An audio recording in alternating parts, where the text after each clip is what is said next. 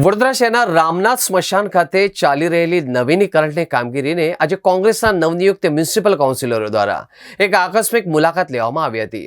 આ મુલાકાત દરમિયાન કોન્ટ્રાક્ટરની ગંભીર બેદરકારી અને કામને અત્યંત ધીમી ગતિએ સામે આવતા ઉચ્ચ સ્તરે રજૂઆત કરવાની તજવીજ હાથ ધરવામાં આવી હતી। સમીક્ષા દરમિયાન જાણવા મળ્યું કે સ્મશાનના નવીનીકરણનું કામ જે કોન્ટ્રાક્ટરને સોંપવામાં આવ્યું છે તેને 2 વર્ષની મુદત આપવામાં આવી હતી।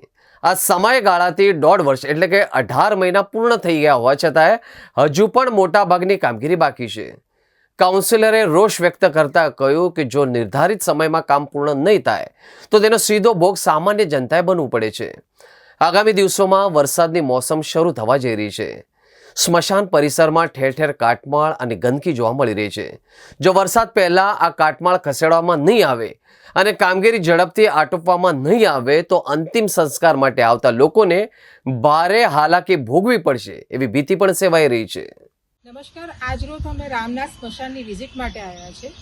અહીંયા 2 વર્ષથી જે કામગીરી આ લોકોએ હાથમાં લીધી છે, આજે 6 મહિના ગત પૂરું થયું છે। હજુ સુધી એટલી ધીમી ગતિના આ લોકોએ કામ શરૂ કર્યું છે કે હજુ 10% પણ કામ પૂરું કરવામાં આવ્યું નથી, ફાઉન્ડેશન પણ નથી ભરાયું અને હવે આવનારા દિવસોમાં 1 મહિના પછી વરસાદનો આવકાર થવાનું છે, ચોમાસું આવશે અને છેલ્લા 4 મહિના પછી કામ નહીં થાય।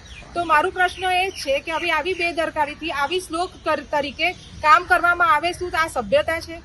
અને ખાસ કરીને જે ગત ચૂંટાયેલા કોર્પોરેટર હતા અહીંયા બાંહેધરી આપીને ગયા હતા કે અહીંયા આરસીસી રોડ બનાવવામાં આવશે। આજે એ વાતને 3 વર્ષ થયું। મને સભામાં આ મુદ્દો મૂકવો છે કે મને સ્મશાન રોડની આગળ આરસીસી રોડ જોઈએ અને એ મુદ્દો હું સભામાં મૂકવાની છું। નવનિયુક્ત કોર્પોરેટરો પહેલીવાર રામનાથ સ્મશાનની મુલાકાત આવ્યા હતા। જે કન્સ્ટ્રક્શનની કામગીરી ચાલે છે એ કન્સ્ટ્રક્શનની કામગીરી જોવા આવ્યા હતા, એનું નિરીક્ષણ કરવામાં હતા કે કામગીરી બરાબર ચાલે છે કે નહીં।